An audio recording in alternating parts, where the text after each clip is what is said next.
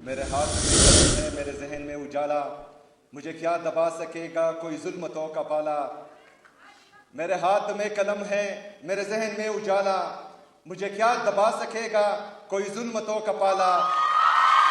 मुझे फिक्र अमन आलम, तुझे अपनी जात का गम है, मैं तलू हो रहा हूं, तू गरूब होने वाला।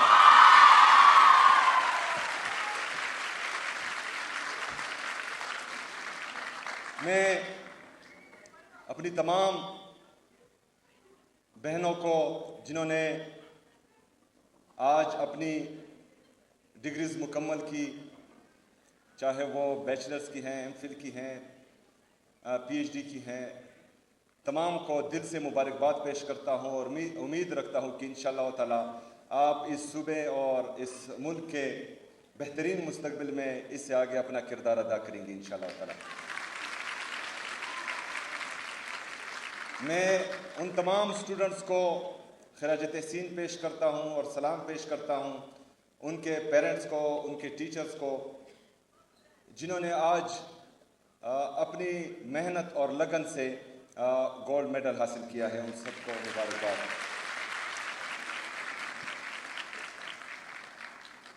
मोहतरमा वाइस चांसलर साहिबा, आज फिर आपने इंग्लिश में तकरीर की जो मुझे बिल्कुल अच्छी नहीं लगी।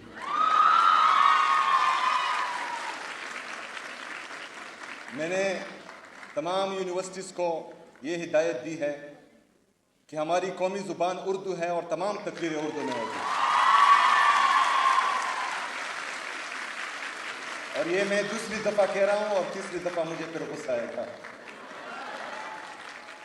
बहरहाल वाइस चांसलर साहब, आपकी मेहनत से ये यूनिवर्सिटी यहाँ तक पहुँची है। हम आपको भी खिराज तहसीन पेश करते हैं, आपके पूरे स्टाफ को भी जो मेहनत कर रही हैं।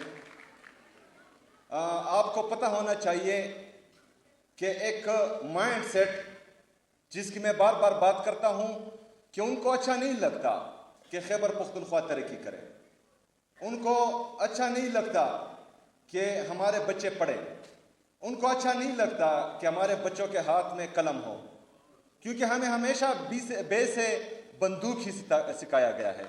लेकिन इंशाअल्लाह ताला इस दफ़ा हम काफ से कलम ही सीखेंगे, बे से बंदूक नहीं सीखेंगे।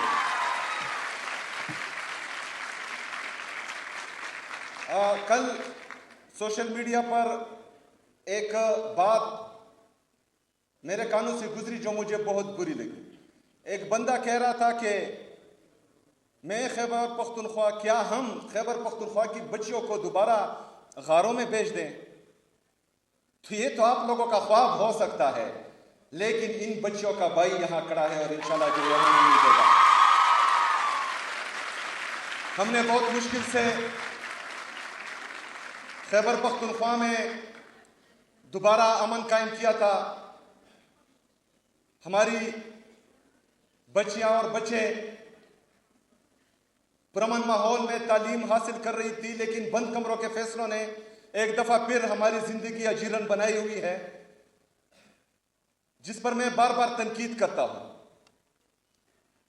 और बंद कमरों के फैसले हमेशा नुकसानदेह होते हैं।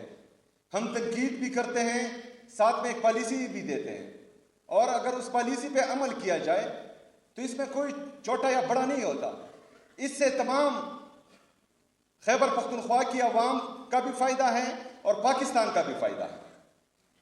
यहां पर एक दफा फिर जो मैं बार बार कह रहा हूं कि मिलिट्री ऑपरेशन की तैयारी हो रही है, तो मिलिट्री ऑपरेशंस, इनके ऑफिशियल स्टेटमेंट्स हैं कि तकरीबन 22 से ज्यादा मिलिट्री ऑपरेशन खैबर पख्तूनख्वा में हुए हैं। 14,000 से ज्यादा इंटेलिजेंस बेस्ड ऑपरेशंस हुए हैं, लेकिन फिर भी दहशतगर्दी खत्म नहीं हो रही। अगर मुसलसल ऑपरेशंस करने के बाद अभी भी दहशतगर्दी है, जो आप मान रहे हैं कि दहशतगर्दी है, वो अलग डिबेट है कि कौन लाया, कैसे लाया, कब लाया। वो भी हम बताते रहते थे कि आ रहे हैं, अभी पहाड़ों पर हैं, अभी नीचे आ रहे हैं, अब बाजारों तक पहुंच गए, अभी हमारे घरों तक पहुंच गए। वो हम बताते रहे हैं, लेकिन तब हमें बोला जाता कि ये प्रोपेगेंडा कर रहे हैं, ये झूठ बोल रहे हैं। और मुराद सईद साहब की तमाम तकरीरें और तमाम स्टेटमेंट्स मौजूद हैं इस हवाले से, वो रिकॉर्ड पर हैं, वो हर बंदा देख भी सकता है। लेकिन आज एक दफा फिर अगर मिलिट्री ऑपरेशन किया जा रहा है तो कौम को एतमाद मिले, क्योंकि कौम को एतमाद ही नहीं है। वो कह रहे हैं कि मुसलसल एक प्रैक्टिस हो रही है और तकरीबन 15-17 साल से मुसलसल एक प्रैक्टिस हो रही है और वो नतीजा खेज नहीं है।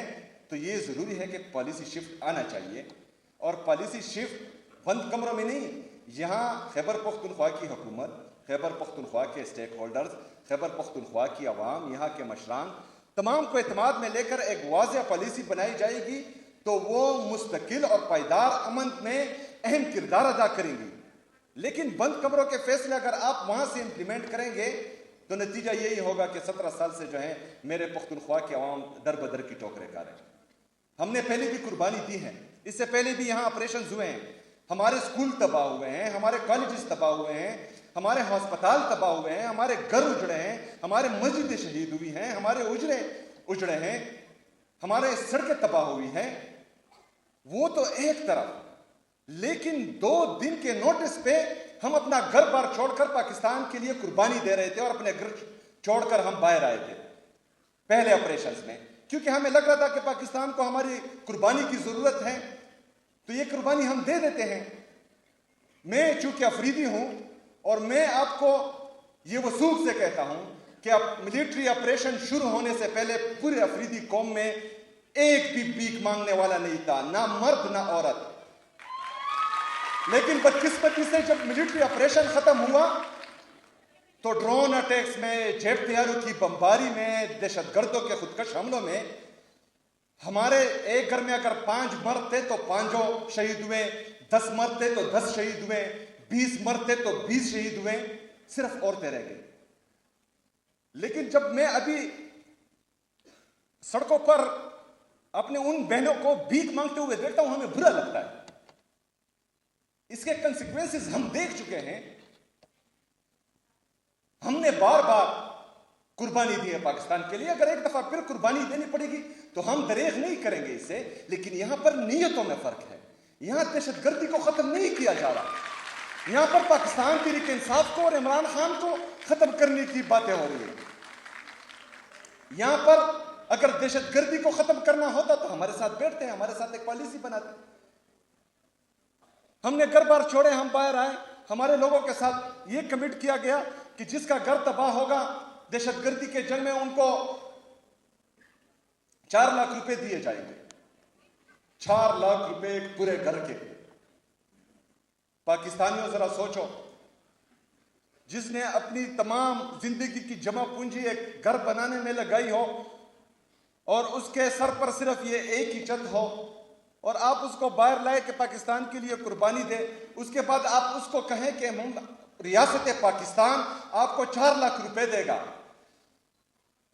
मेरे पाकिस्तानियों, वो 4 लाख रुपए अभी तक जो है मेरे लोगों को नहीं दिए जा रहे, वो अभी तक नहीं मिले। तो इससे ज्यादा मजे का खेज मेरे कौम के साथ, मेरे सूबे के साथ मजाक क्या होगा। बहरहाल, मैं जब भी मिलिट्री ऑपरेशंस की दास्तानें याद करता हूं, क्योंकि हम अपनी आंखों से देख चुके हैं। हम रास्ते में खड़े होते थे, जो हमारी माएँ बहनें बगैर चादर के, बगैर चप्पल के इन सड़कों पर आती थी, वो हम देख चुके हैं। वो मंजर हमारे आंखों के सामने है और दोबारा हम वो नहीं देखना चाहते। और इंशाअल्लाह ताला इसके लिए मैं आपके साथ खड़ा होऊंगा इंशाअल्लाह ताला। खुशी का मौका है, मेरी बहनें जो एक माइंड सेट आपको गारों में बेचने का बोल रहे हैं, इंशाअल्लाह ताला आपका ये भाई आपको तालीम भी देगा, आपको रोजगार भी देगा और इंशाअल्लाह ताला खड़ा रहेगा। हम ला रहे हैं इंटर्नशिप पॉलिसी जो तकरीबन तैयार है और कुछ जगहों पर हम अनाउंस भी कर चुके हैं। जो हमारी बहन भाई डिग्री लेकर फारिग हो रहे हैं, इंशाअल्लाह ताला उनको हम रोजगार के मौके भी देंगे। जो हम यूथ पॉलिसी मुतारफ करवा रहे हैं, हमारी जो टैलेंटेड स्टूडेंट्स हैं, यूथ हैं, उनके लिए इंशाअल्लाह ताला हम उनका ख्याल रखेंगे और उनको आगे लाने में हर किस्म की मदद उनको फराहम करेंगे इंशाअल्लाह ताला। बस आपने एतमाद रखना है, सबसे पहले तो आपने घबराना नहीं है।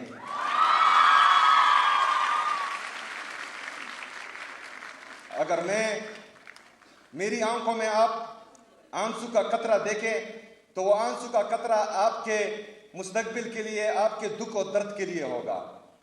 ये कभी खौफ से मेरी आंखें जो हैं आप नम नहीं देखेंगे, कभी डर से मेरी आंखें आप नम नहीं देखेंगे इंशाअल्लाह। मैं जो वाइस चांसलर साहिबा रोड की बात कर रही थी, तो मैं यहां से अनाउंस करता हूं कि उस पर कल से ही काम किया जाए। उस रोड पर हमने हायर एजुकेशन डिपार्टमेंट में जो इसका ग्रांट तकरीबन 1 बिलियन से कम था, हमारी हुकूमत उसको 10 अरब रुपए तक पहुंचा चुकी है। इससे पहले जो हायर एजुकेशन डिपार्टमेंट का बजट था वो तकरीबन 24 अरब रुपए था। हमारी हुकूमत अल्हम्दुलिल्लाह उसको 50 अरब रुपए तक पहुंचा चुकी है। इमरान खान साहब के विजन के मुताबिक इमरान खान की ये सूबाई हुकूमत, इमरान खान जो पाकिस्तान का सबसे मकबूल तरीन लीडर है, इमरान खान जो पाकिस्तान का सबसे कबूल तरीन लीडर है, इमरान खान जो नेशनल इंटेग्रिटी की जमानत है, इमरान खान जो पॉलिटिकल और इकोनॉमिक स्टेबिलिटी की अलामत है, उसके विजन के मुताबिक हम इंसानों में इन्वेस्ट करेंगे इंशाअल्लाह ताला। इमरान खान की ये हुकूमत अपने अवाम के साथ चट्टान की तरह खड़ी होगी इंशाअल्लाह ताला। बहुत शुक्रिया, बहुत मेहरबानी। वमा अलैना इल्लल बलाग।